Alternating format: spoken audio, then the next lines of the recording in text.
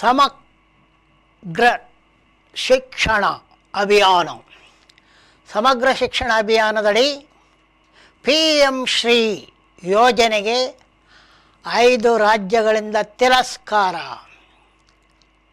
ಈಗಾಗಲೇ ಕೇರಳ, ತಮಿಳುನಾಡು ಮತ್ತು ಪಶ್ಚಿಮ ಬಂಗಾಳಗಳು ಈ ಬಗೆಗೆ ಒಪ್ಪಂದಕ್ಕೆ ಬರಲು ಸಿದ್ಧರಿಲ್ಲ ಮತ್ತು ಸಹಿ ಹಾಕಿಲ್ಲ. ಆದರೆ PM ಶ್ರೀ ಎನ್ನುವಂಥ ಈ ಯೋಜನೆಯಲ್ಲಿ ಸರಕಾರಿ ಶಾಲೆಗಳನ್ನು ಅಭಿವೃದ್ಧಿಪಡಿಸಲು 5 ವರ್ಷಕ್ಕೆ 27,000 ಕೋಟಿ ರೂಪಾಯಿ ನಿಧಿ ಇರುವುದಾಗಿಯೂ 60% ಕೇಂದ್ರ ಸರ್ಕಾರ ಮತ್ತು 40% ರಾಜ್ಯ ಸರ್ಕಾರಗಳು ಹಾಕಬೇಕು ಎನ್ನುವಂಥ ಒಂದು ನಿಯಮ ಇದೆ. ಇದನ್ನು ತಮಿಳುನಾಡಿನ ಹಲವರು ಪ್ರಶ್ನಿಸಿದ್ದು, ನೀವು ಕೊಡುವ 60% ಕೂಡ ನಮ್ಮ ರಾಜ್ಯದಿಂದ ಸಂಗ್ರಹಿಸಿದ್ದೆ, ಆಮೇಲೆ 40% ನಾವು ಬೇರೆ ಕೊಡಬೇಕು, ಅದಕ್ಕೆ PM ಶ್ರೀ ಅಂತ ನಿಮ್ಮ ಹೆಸರೇಕೆ, ದುಡ್ಡು ಯಾರದೋ ಬಸರು ಯಾರದ್ದು ಅನ್ನುವಂಥ ಮಾತನ್ನು ತಮಿಳುನಾಡಿನವರು ಮಾತಾಡಿದ್ದಾರೆ.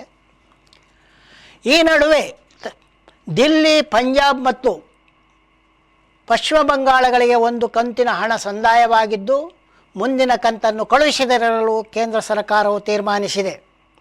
ಅದೇ ವೇಳೆ ಆಮ್ ಆದ್ಮಿ ಪಕ್ಷವು ದಿಲ್ಲಿ ಮತ್ತು ಪಂಜಾಬ್ಗಳಲ್ಲಿ ಇದೇ ಮಾದರಿಯ ತನ್ನದೇ ಒಂದು ಯೋಜನೆಯನ್ನು ಹೊಂದಿದೆ ಮತ್ತು ಅದರಂತೆ ಶಾಲೆಗಳ ಅಭಿವೃದ್ಧಿಯಲ್ಲಿ ತೊಡಗಿದೆ.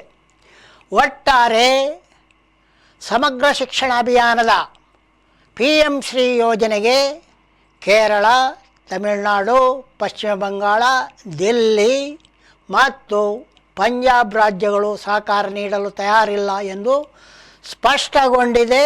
ಇವು 5 ರಾಜ್ಯಗಳು ಕೂಡ NDA ಯೇತರ ಸರ್ಕಾರಗಳು ಇರುವಂಥ ರಾಜ್ಯಗಳಾಗಿವೆ.